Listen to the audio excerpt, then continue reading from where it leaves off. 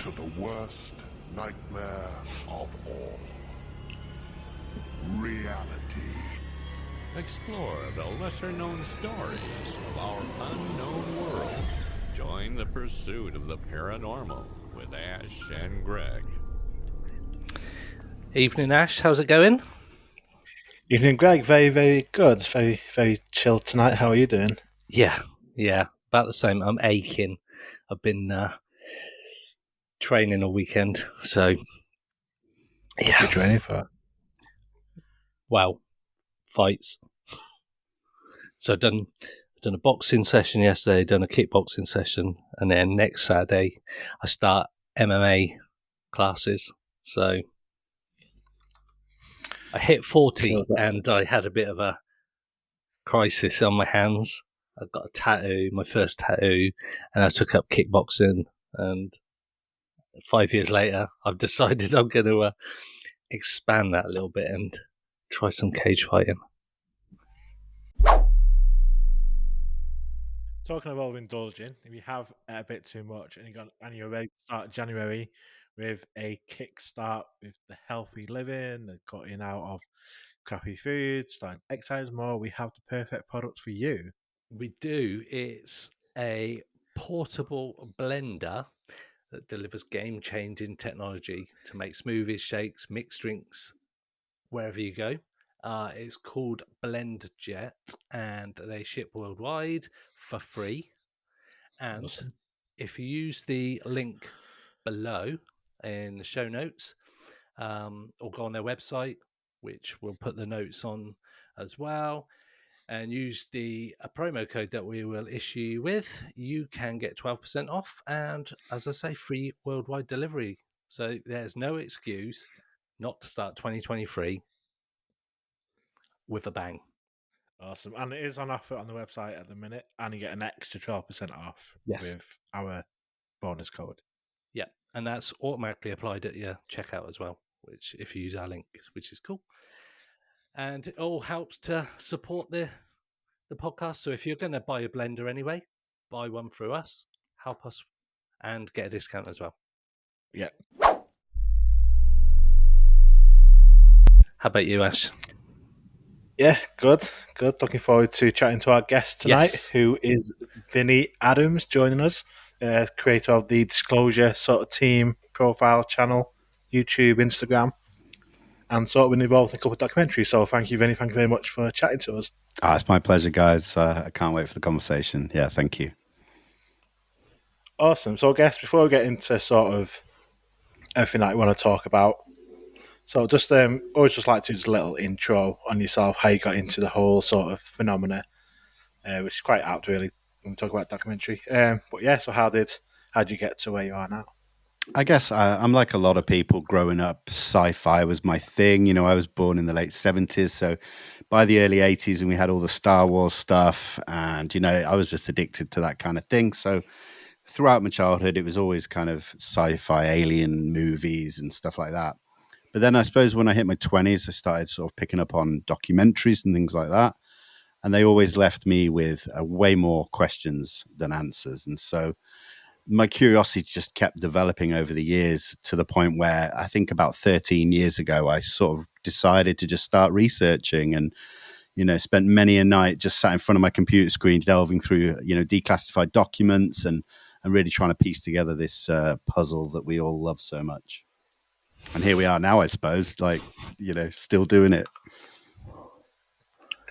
Definitely. So before we go into sort of your work, I know you a couple of years ago, was it last year, maybe 2021, when you joined the UAP media team? Yeah. What's sort of something I never really asked before, because I think we've had all of you lot on, apart from Dan. He keeps saying he's going to come on. He's elusive. Elusive Dan. So yeah, how did that come about, becoming sort of part of the UAP Media UK team? Well, I came across those guys, I think, early in 2021 when some of them were on Coast to Coast with George Knapp. And I was like, wow, there's this really professional team looking at the UFO subject in the UK. And I was like, that's, you know, something I could only really dream of. And then about, I don't know, just over 6 months later, and it was the sort of early days of my YouTube channel, and I invited them all on to sort of have a panel discussion.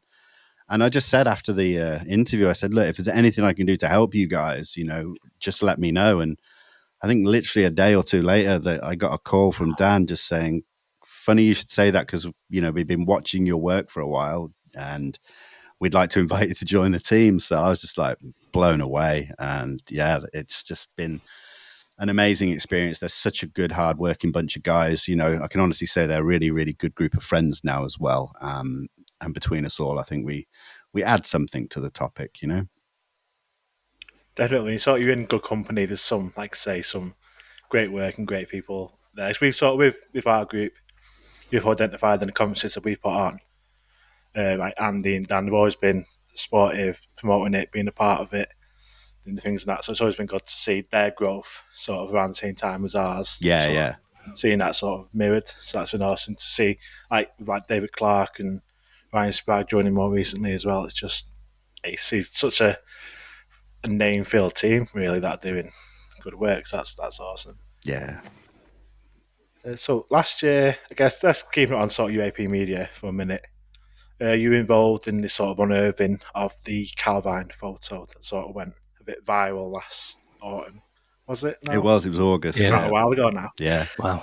So, I mean, yeah. I know that you did a lot of work with David Clark, sort of finding out the Craig Lindsay and everything that's to do with that photo.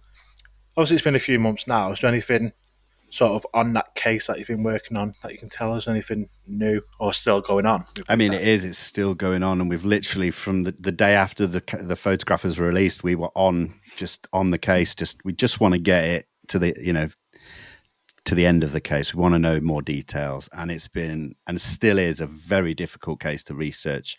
Being like 30, nearly 33 years ago, so many people who were involved in it have just disappeared. We cannot find them. Some people have passed away, unfortunately.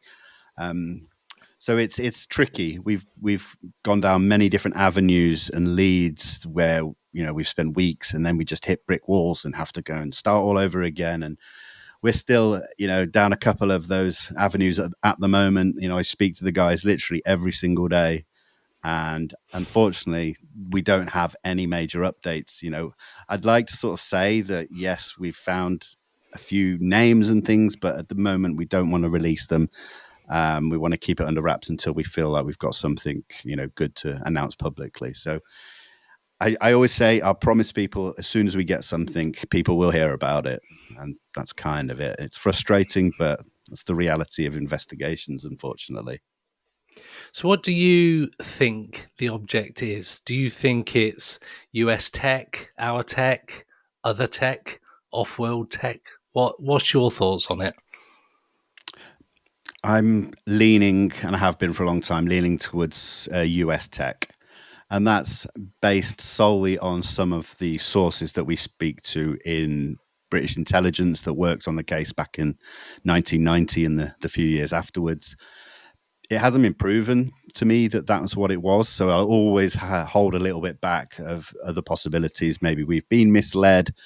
I can't put 100% into that without actual data and details and evidence. So, but that's where my head's at, really. Cool. So is there anything sort of you can tell us that UAP media are working on? So I know obviously you do a lot behind the scenes. I know we don't always see that on like social media and stuff. Is there anything sort of cool, like maybe not even tell what it is, but something is going to come a bit further down the line? Is there anything sort of going on? There is, yeah. I can't talk about it, unfortunately, because it's not my place to do so. I wish I could, but it's great because we continue to sort of work on our individual projects, and then we obviously speak regularly about plans for the future and how we can sort of do more. And so, yeah, there are things in the works that we'll see this year, probably in the second half of the year, I'd imagine. But at the moment, yeah, it's just a case of we're working out, we always like to try and do more articles and case studies and things like that. So we're all starting now that the new year's behind us and that we're starting to put our heads together on that. But at the same time, a lot of us are extremely busy with our own personal projects. So it's going to be a busy first 6 months. Cool. I guess talking of individual projects, Dan was involved with this as well, is the last year going down to Colombia with your I was talking to Greg the other day about this, and I could We were not talking pronounce about it. it last night, weren't we? And about 10 attempts to pronounce the word. Phenomenology. Phenomenology. Phenomenology. Phenomenology. There we go. It's a tongue twister. How embarrassing that is. I didn't get that right. No, it's not the easiest word. You know, I remember the early days. It was like, oh my goodness, having to say this is going to be a struggle. But then after like nearly a year of saying it, it kind of just comes naturally now. But yeah, I understand the difficulties. There's too many O's. And, Yeah, that's it. So sort of talking about the first time you went there. I know you're going there shortly. Yeah. How did that all come about? How did you get involved in going down to Colombia? I mean, that's pretty exciting just to get out to different countries so far away. Yeah. How did it all happen? So it was in my earlier days, sort of publicly, when I was kind of more just an Instagram presence more than anything else. I was contacted by an account called UAP Colombia.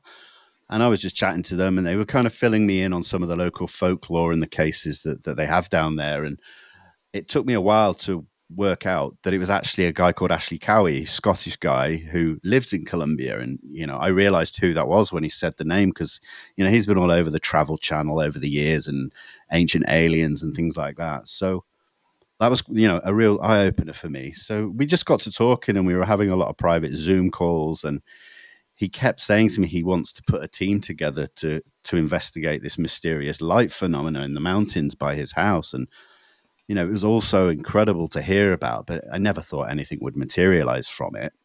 And then I suppose getting towards the end of 2021, he said, right, we're doing it. I'm putting the team together. I'm going to fly you out here, and, you know, we'll get some members of the public to sort of join and help the funding process of it. And literally within a matter of weeks, it was booked, and we had a team together, and that was it. It was just a countdown till February of 2022 when we sort of flew out and met for the first time and just got straight to it. And it was it was eye-opening. I never expected to be flying to South America to investigate my first sort of UFO case. So yeah, it was incredible. So I mean, great thing, I guess, for those that maybe not sort of know about documentary Phenomenology, it's about the strange lights that have been seen for years and years, and it's similar to Headliner lights, and you've got the Martha lights in Texas as well, which are sort of lights that are seen, but not really. You can't really figure out what they are. So when you were there, sort of, have you got any closer to uncovering what they are after being in there? Not so much uncovering what they are. I think that part of it is still anomalous to us, because we went out there in season 1 to just try and see the lights for ourselves. You know, these are a really rare occurrence. And we were, you know, we spent the 2 weeks that we were there interviewing locals and witnesses. And to these people, they were seeing UFOs, they were seeing all sorts of weird and wonderful things, you know. But we were lucky that, you know, literally the day before we left, I got to witness this light phenomena. And it just made us realize that we need more systems to kind of analyze what it could be. So we always knew we would try and do season 2 and maybe even more. So we've kind of made sure this time that we're going to be having more equipment to take out, so that if we do see it again, we can actually start doing some serious analysis. But, you know, I've been researching Earth lights and strange and similar phenomena for the last year now since I got back. And so I have a lot more in my mind about the possibilities, but again, it would need data just to conclude anything. I guess, because I know with the Headliner lights, we've talked about it on the podcast before, you got the sort of the geographical layout of these valleys and the types of rocks and stuff that are sort of on these mountains. Is that similar to what's happening in? Yeah, absolutely. It's almost identical. You know, we did work out while we were there the first time that the valley that the mountain range is in, it sits in one of the peaks sits in a negative charge, the other's in a positive charge, and there's an underground sulfur river. So in essence, it forms like a natural battery. So with maybe certain times of the year, with certain pressure changes or things happening geologically, that it could create these lights and eject them out of the mountain face. So, you know, we feel like that's as far as we got, and I'm just itching to find out more. So do you think it's more of a natural phenomena rather than, say, something else, like an entity-based thing? So like Starland lights, because the Starland lights is one of the phenomena that I've been interested in going back like decades when I first started looking into unidentified like mysteries with Arthur. I think you're roughly about my age. I think so. I grew up with Arthur C. Clarke and before the X-Files and before the internet. So Her Starland Lights was one of these sort of mysteries that was on Arthur C. Clarke a lot. And it was always one that I've really sort of been fascinated by, because it people see it and the locals just accept that's what it is. It's just these lights. And I know with Starland, it's almost like daily occurrences. At one point, they were able to take school kids up there, watch them. So yeah, my question really is around: is it like you say with the battery sort of layout as such? Do you feel it's more of a natural occurrence than a supernatural occurrence, or whatever you want to call it? Yeah, no, that's a great question. Yeah. And I guess the easy answer would be yes, I do think it's more of something natural. But then Yeah. within that answer, with some of the research that I've been doing, it could be some kind of extremely unknown phenomenon that we're still not aware of, on this world. And sometimes these lights act as if they're conscious, or if they're intelligently moving. And so even if they're formed within the earth, there are still some paranormal, supernatural effects that are witnessed with them. So that then throws up even more questions. So, to figure it out, we need to try and separate what's normal, what's natural, what's otherworldly, what's paranormal. They're all still in the mix to me. I won't rule anything out. But even if it does turn out to be something kind of mundane and prosaic, it's something that I feel to get to the end of an investigation is, it feels good no matter what it turns out to be, because you can kind of push it to one side, tick that box and move on. So I'm just excited to kind of, continue the research and studies.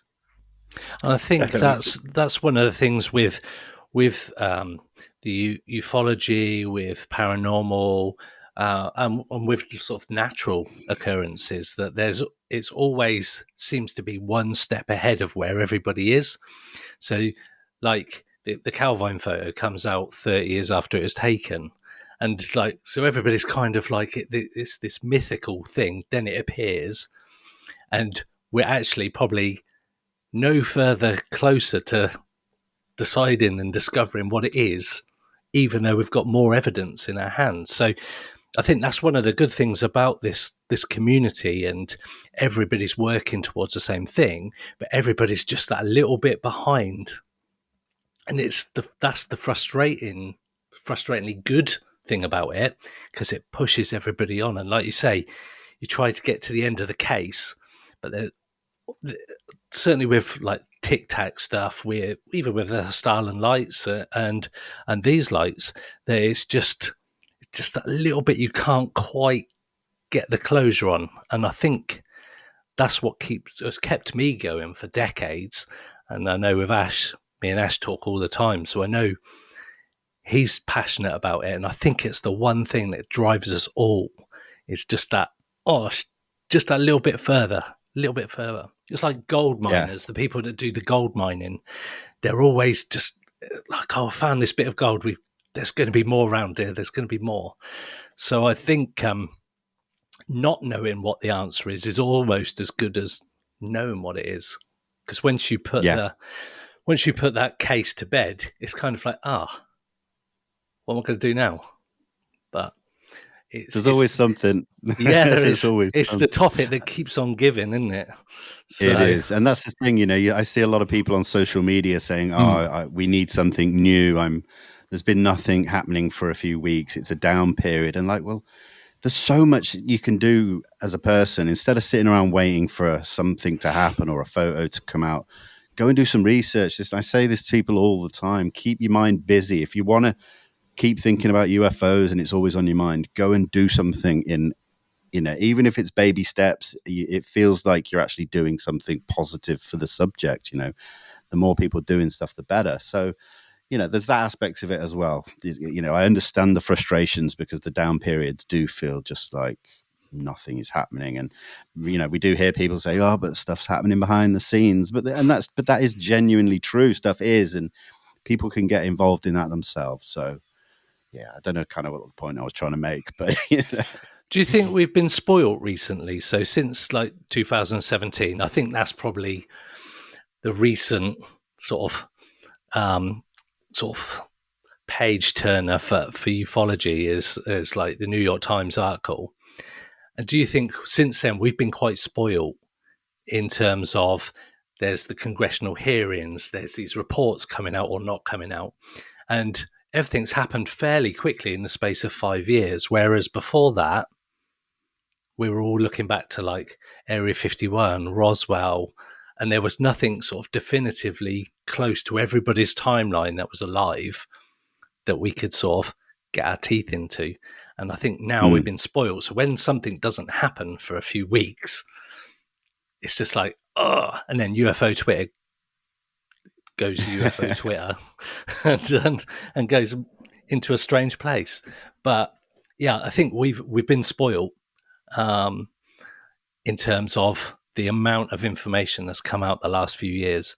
And it's testament to guys like you, Andy, Dan, everybody at UAP Media as well, and like Ryan and Ash's team that like just pushing forward and having the conferences, having the conversations.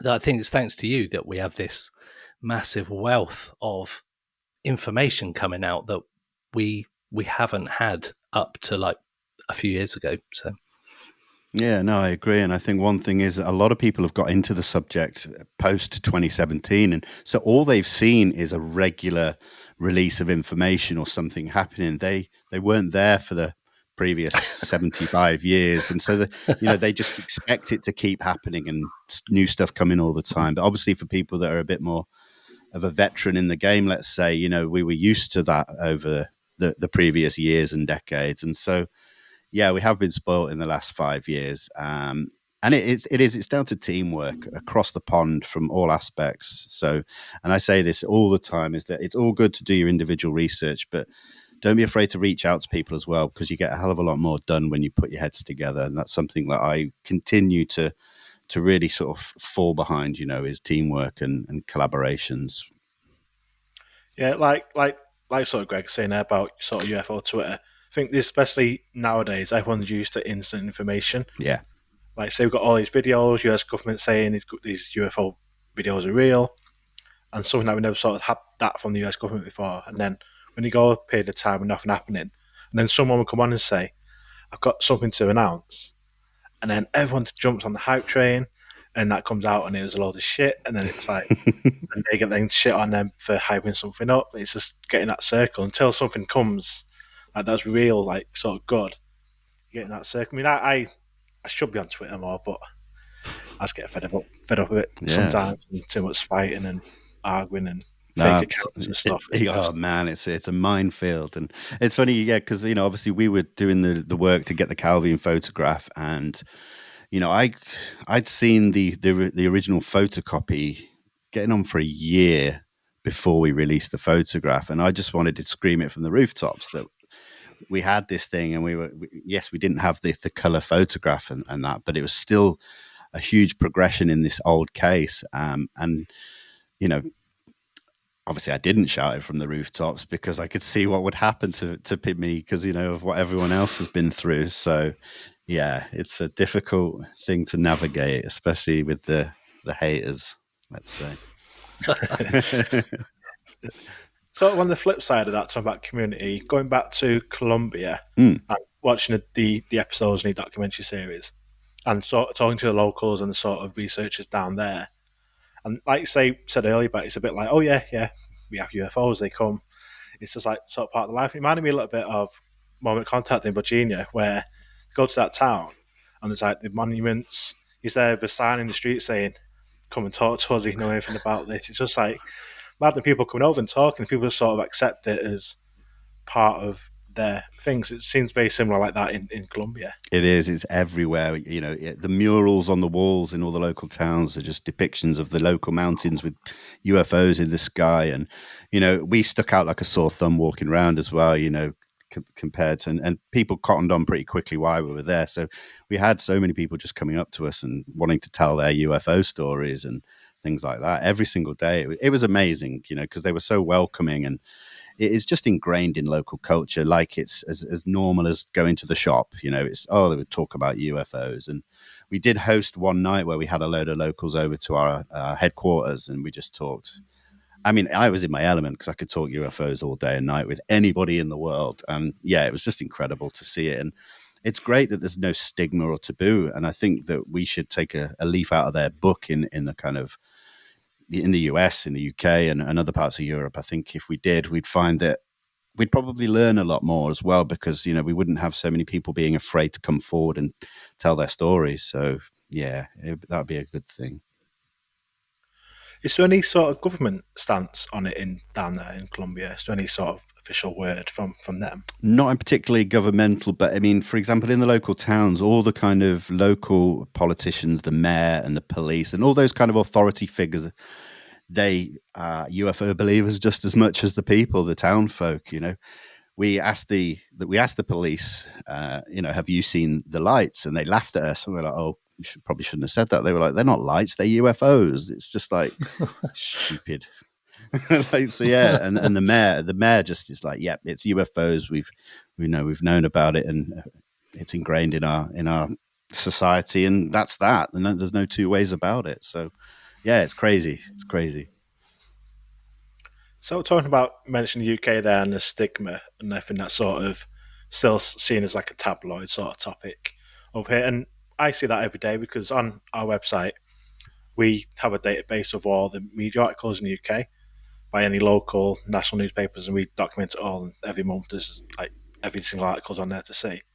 And the newspapers that do the most articles are the red tops.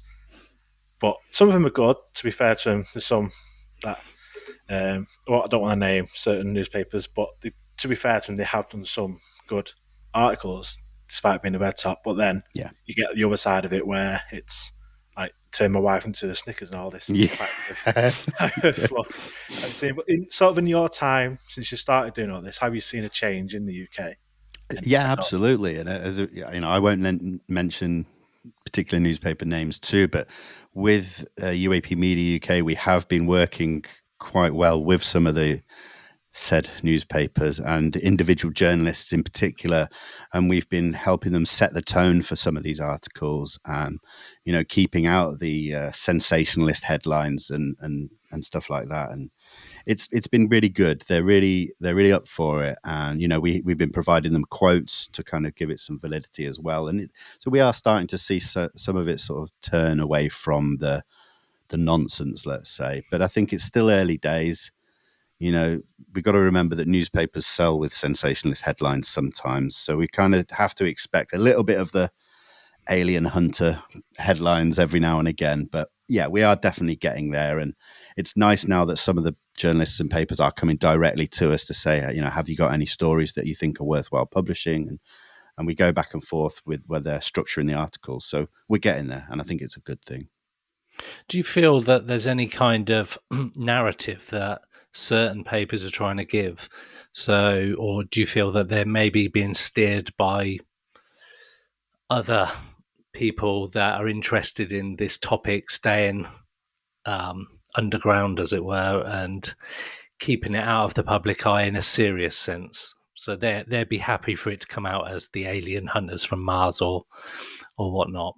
And I'm talking maybe any kind of government agency that wants to kind of steer a narrative that people are crazy and tinfoil hats and all that kind of stuff.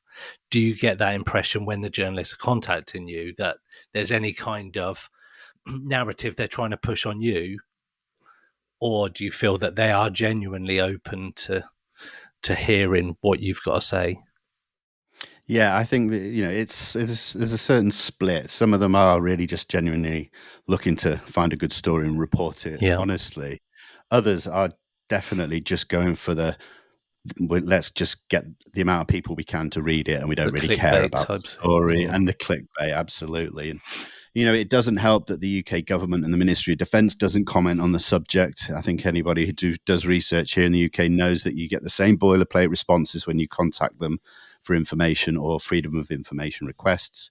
The same with the newspapers. They very rarely get any kind of comment, and they usually they used to go to a certain, I shall not name, ex-MOD official to get their quotes, and I think that's changing. I think they're sort of learning that there is more to it. But yeah, I think in the UK we're still playing catch up with the US press, and it's normally kind of cut and paste as well from what happens over there. So I'm hoping that will change in the next few years, depending on what we see in the next year or two with regards to the laws in America, the National Defense Authorization Act, and any potential hearings and things like that. So we'll see.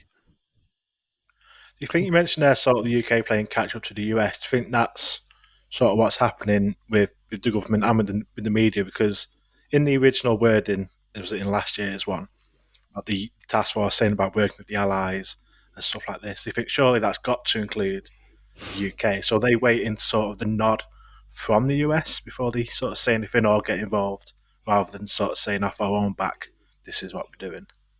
I think there's been, that was announced in the fiscal year 2022 NDAA, and there's been conversations definitely had between the UK and the US.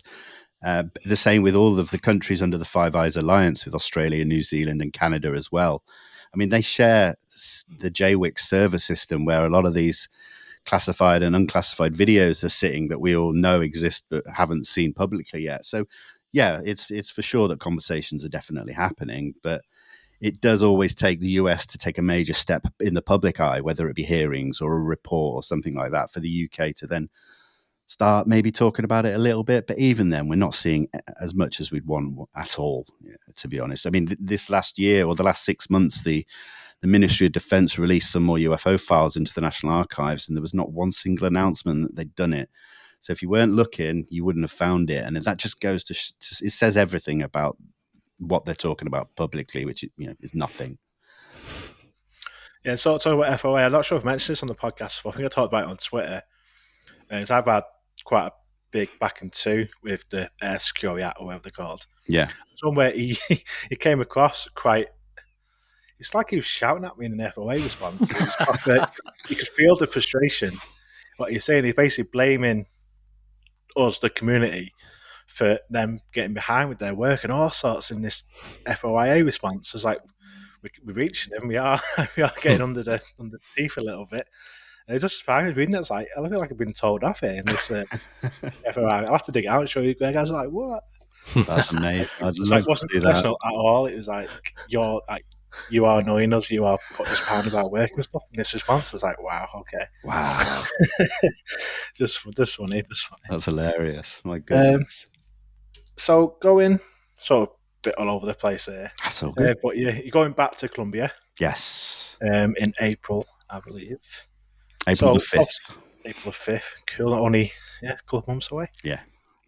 Excited. I suppose knowing a bit more now, you're a bit more excited because you know what you've got to do, what you're going to do differently this time. Is it looking forward to that? Yeah, absolutely. We don't have to find our feet. We can kind of jump straight in. The team is almost going to be twice the size this year as well. So we've got a lot more heads to kind of put together.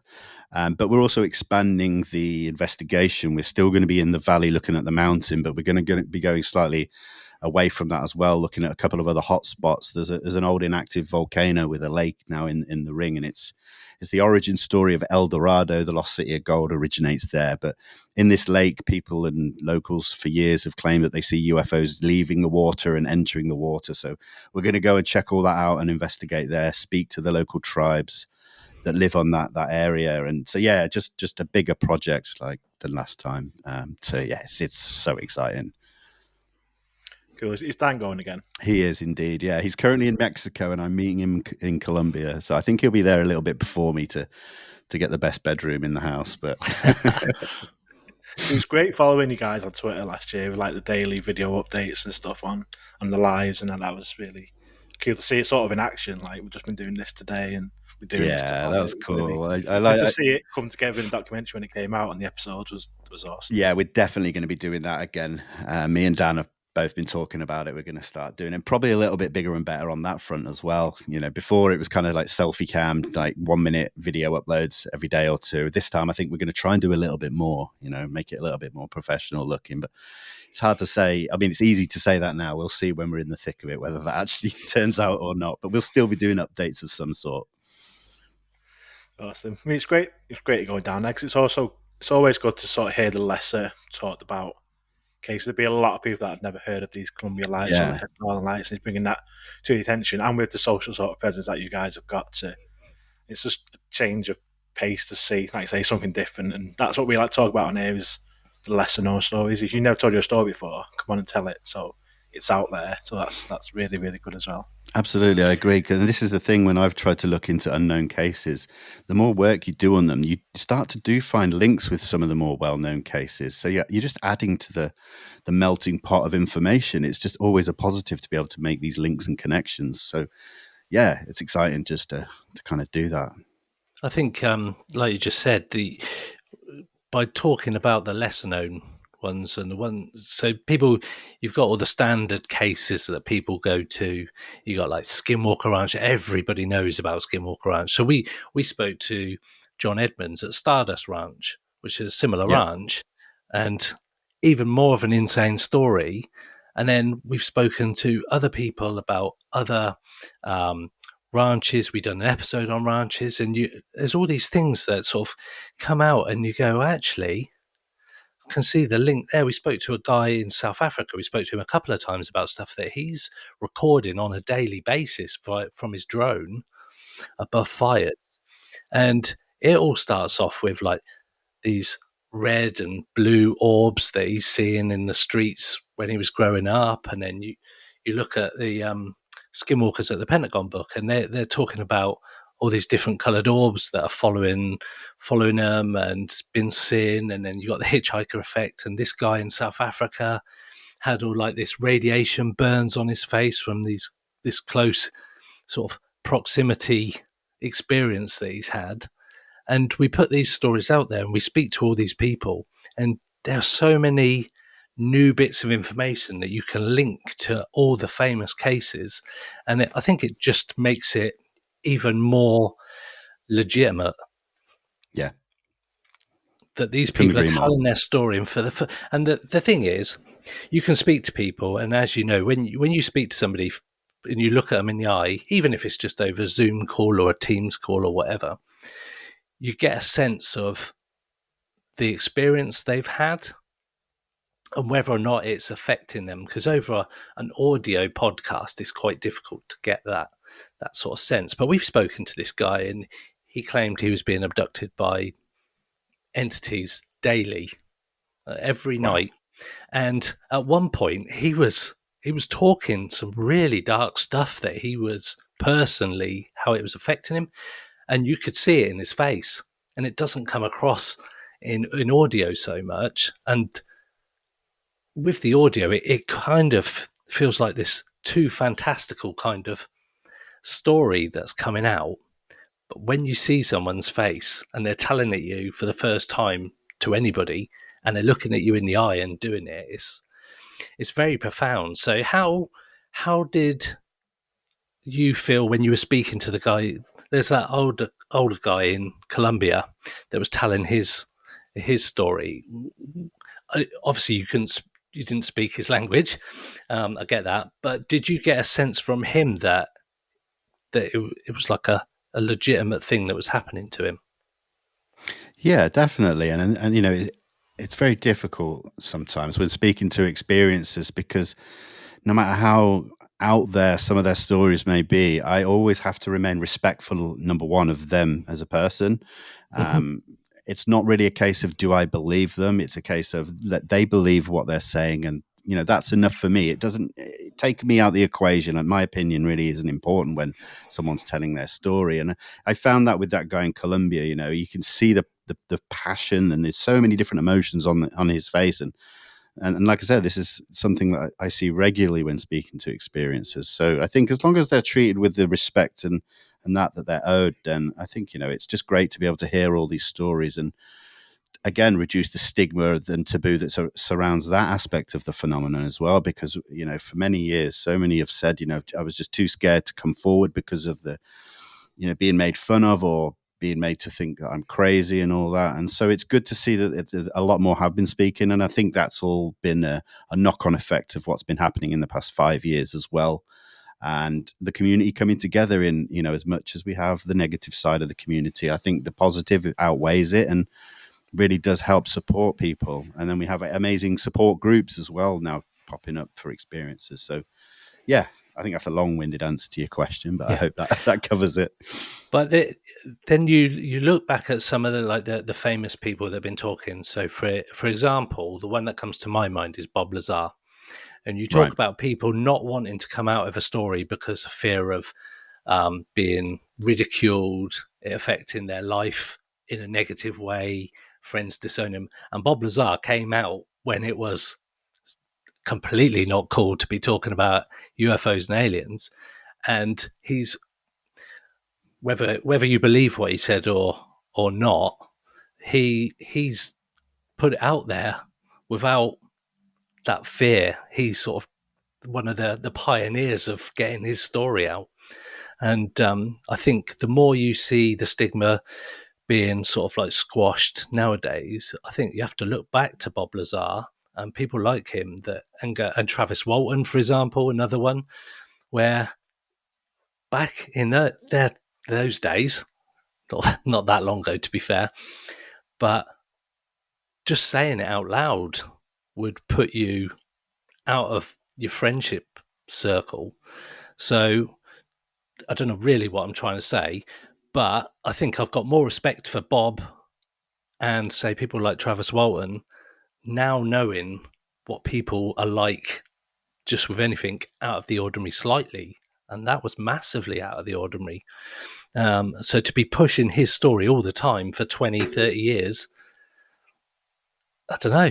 Does that legitimize him? Whether you believe him or not, I think I do, but I know people don't. Yeah, but I think that's the thing, is take the belief out of it. The Bob Lazar story opened up the world of UFOs and the strange in Area 51 to a whole new public back in the late 80s, early 90s. So for that will always be a good thing. Whether you believe him or not is a different story. I can't say either way. After so many years, it almost seems harder to come to a conclusion on Bob Lazar. So he kind of just sits just off my peripheral, just always there, always aware of it. But I can't really go there. The water's too muddy these days with that case. And so unless 100%. he's put in front of Congress and he's told to say something that he hasn't talked about publicly before, maybe that needs to happen, or we get more data and information that's been hidden for 30 odd years, but who knows? Yeah, I agree. So, talking of experiences, I know you had you saw the lights in Colombia towards the end of your trip. You had any experiences before then, growing up or as an adult? No, is the short answer. And I say that because I've seen a few strange things in the sky over the sort of past couple of decades, obviously spending a lot more time looking up in that time. And I've seen things, but automatically gone straight to, trying to work out airplane routes and paths and stars and things like that. And so I've always, within quite a short amount of time, been able to put it down to something prosaic and, which is obviously disappointing because I really want to see something completely wild and out there. But no, unfortunately, the first anomalous thing would be the lights in Colombia. Yeah.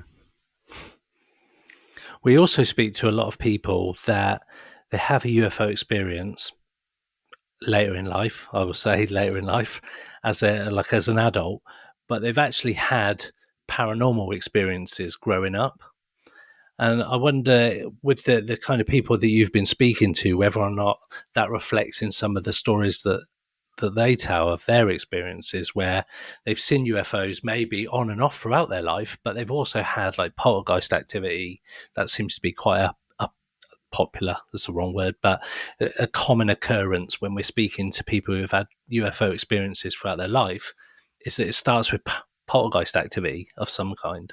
And I don't know if you found that when speaking to people. I definitely have. It's great that you said that because, over the years, the sort of a paranormal side of the research and everything just seems to be coming together more and more and overlapping and correlating with each other, that there is possibly some relationship between the phenomena that we study and the supernatural and the paranormal, ghosts, spirits, and all that kind of thing. So I find that fascinating, that there seems to be more and more connections in stories and testimonies that you see and hear. So yeah, I completely agree with what you said there. Totally. Cool. So what are your thoughts on maybe the more spiritual side, CE5 type sort of meditation? Is that something that you've looked into rather than sort of nuts and bolts type stuff? I guess I've looked into it and spoken to enough people about it. I've not really tried it. I just haven't been in the right place or frame of mind or things to do it. I'm very much open to that kind of thing, and certainly wouldn't, shut it down in the conversation, because I don't know. I can't say it definitely works. It definitely doesn't work, and I respect anybody that is willing to put themselves out there and go and attempt those kind of things. I know. We have mutual friends here in the UK who do a lot of the heist work in the north of England. And hopefully at some point this year, I might try and get out to something if they manage to put something on, because I do want to experience something like that for myself and not be naive or uneducated on what that involves. I like to keep an open mind and just see where it takes me. And yeah. Yeah, for me, because I come sort of a more. I want to see the stats. I want to see the data. Yeah, We yeah. have the biggest UK database, and I want to see the figures or the numbers. That's what sort of drives me. Yeah. Then obviously doing this podcast with Greg, I come so much more open to everything other, like literally everything. You're And when welcome. cheers, Greg, putting more work on me. And when we do things, when we do like paranormal investigations and stuff, and we're either using like a spirit board or a spirit box, or just asking for the spirits, whatever they may be, to make themselves known or to reply or to make them show themselves to us. I think when you're doing CE5, it's the same thing. It's you're asking them to communicate with you, to show themselves to you. It's like, is it all just the same thing? It's just different ways of looking at it. Like we're effectively doing the same thing. Or if when you're talking to a spirit box, is that a spirit talking to you, or is that some other consciousness that's coming through the box? Is it all the same thing? So my sort of mind's been definitely opened in that respect. Definitely. And like, a lot of friends that I've made in the community over the past couple of years come from that side of things as well. And, they're amazing people. So again, when I talked earlier on about collaborations and working together, I can learn from them about that aspect of the phenomenon, or I'll certainly ask the questions that I may want, or things I find curious about it. And, the same works both ways, if they want anything that they feel that I could help them with. And so, yeah, it becomes a case of we all learn better together. I've become more open-minded and respectful of all different sort of ways of thinking and belief systems and things like that. I know Ash has, because when we first started the podcast a couple of years ago, we've said this regularly, that to be having conversations with people who claim to have seen Bigfoot, and then they look round at breakfast time in their house and there's this like elf thing. No, man. Gnome, yeah, that's it. Gnome, not an elf. And you're just like, and then we spoke to John Edmonds at Stardust Ranch, who told us it killed 19 aliens with a samurai sword. And you're just like, how have we gone from a quick conversation on the internet about what UFOs and paranormal to now talking about these things on a daily basis? We're chatting daily about people who've had these profoundly weird experiences, and like you say, you have to take what these people say, because you weren't there yourself, and they're telling it you probably for the first time. And we've gone from not knowing a great deal about our respective like paranormal and UFO side to now I don't even know what I know anymore. And people can tell me an experience, and I'd be like, that's cool.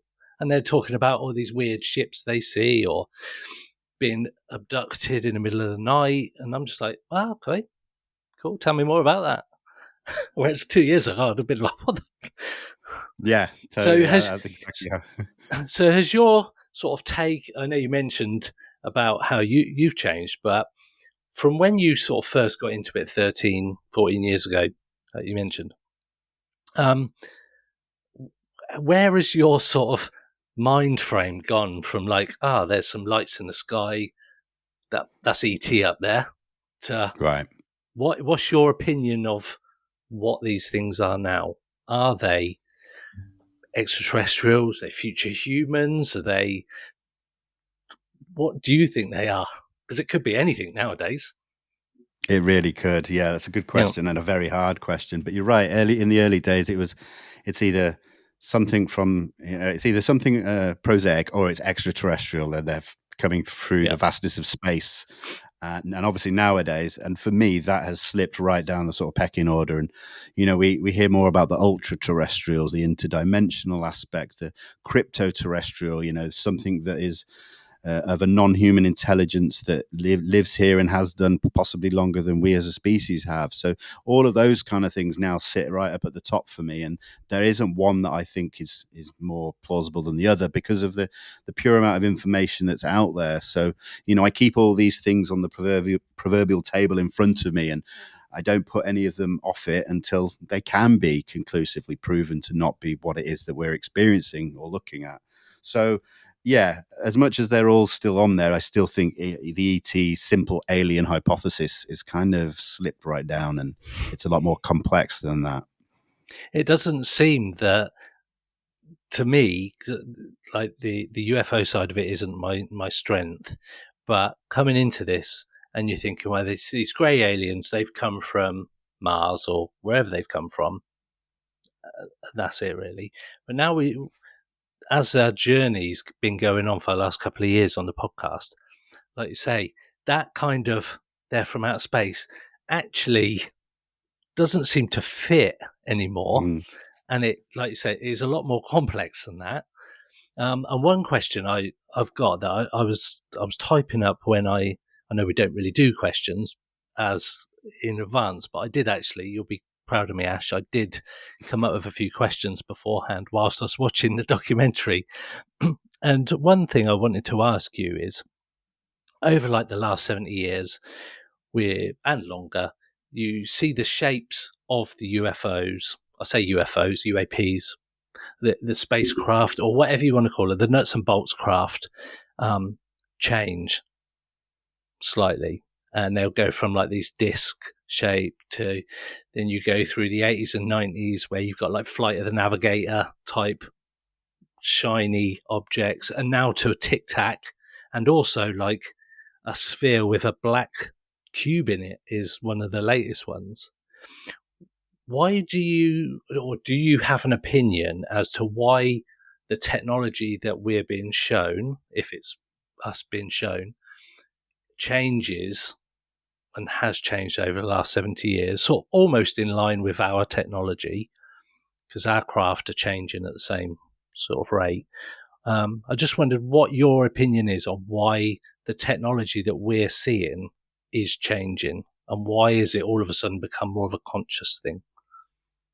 I think it's pretty much kind of what you were saying there, that I think the hypothesis that really kind of sticks out to me is that these things, they show us what's familiar to us. So, if you talk about historical, ancient sightings of balls of fire and chariots in the sky, that's something that the people at the time could associate with. They're familiar with that. And then we see, we hear about airships in the late 1800s, and and then discs in the 40s, leading up to the triangles when the stealth technology was becoming a thing. So I think it could well be that this intelligence, whatever it is just making its presence known to us, so we kind of in some way are familiar with what we're seeing, even though at the same time the argument could be said that we have no idea what these things are and what we're seeing. So it's a really difficult one to answer, but there's some of the big hypotheses that kind of stick in my head.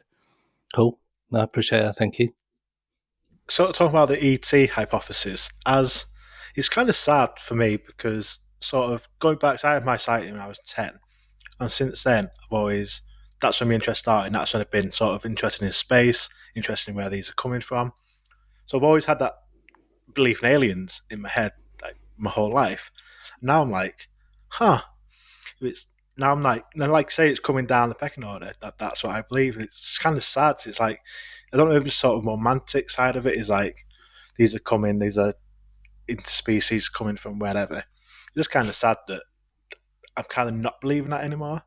It's sort of less. It's like I believed this for my whole life. Now I'm like, actually, maybe they're not coming from outer space. I don't know why. It just made me feel a bit sad. I don't know. But No, aren't you that's glad you didn't grow up in like the 50s where they had all the alien films coming down where these were like brain sucking monsters that would take over your body and turn you into like this weird zombie?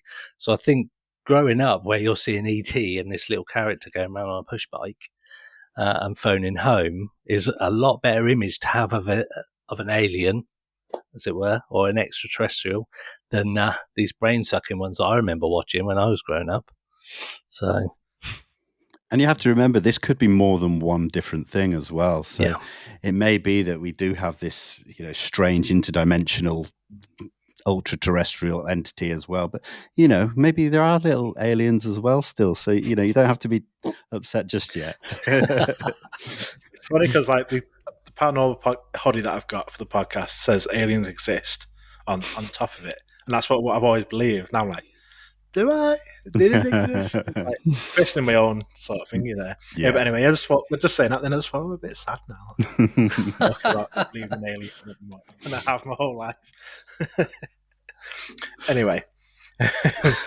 Anyway. Yeah.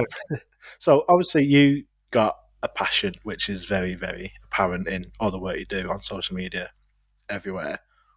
What drives it? What's been kept that drive for so long? I think it's not just sitting back and, like we said earlier, sitting back and waiting for things to happen is just frustrating, because I don't want to feel like I'm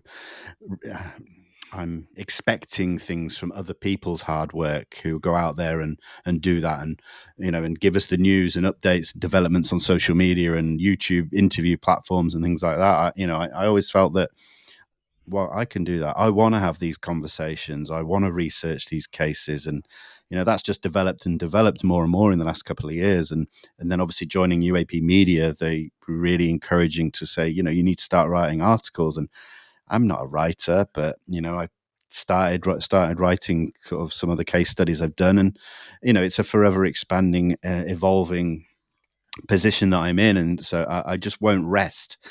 And think, well, I've done my part. That's enough now. I'm just that kind of person that wants to muck in and do their part. Cool. Like you say, that whole community side of it, being part of a team, really, really does help. Because when I started UFO Identified, it was just me for the first couple of years. And it's like then, because I wanted to do more and more, I want to do this, I want to do that. Yeah. Because when I first started, I could not find any information about the UK. It was all US stuff. And I searched, I tried to find local groups to join. There was nothing like around in the northwest. About like Lapis, but that's just a bit too far in Blackpool. It's like there's nothing, so I'm going to start my own. And that's what I did. I thought I'm going to do is find all the data myself, collect all the sightings myself, and just did it. And then as it went on, there's now 4 of us that run the group, and we put on, like say, the events and we put all the information on the website, and just having them around you, just and Greg as well, not leaving Greg out. But just it really does. I don't do push much. you on.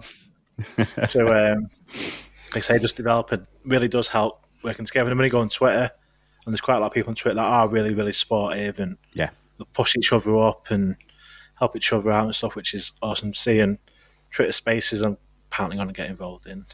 Yeah, soon. I've done a few. I never really knew what it was. It's like I've been asked to do one. It's like, I don't know what it is, but I'm going to jump on that as well. Just sort of get into the community on Twitter a bit more. Do it. Just think it is working together. It's just because we all have the same goal. It's just exactly. Yeah. Together. Yeah. Totally. I'm with you. So how? Sort of looking forward.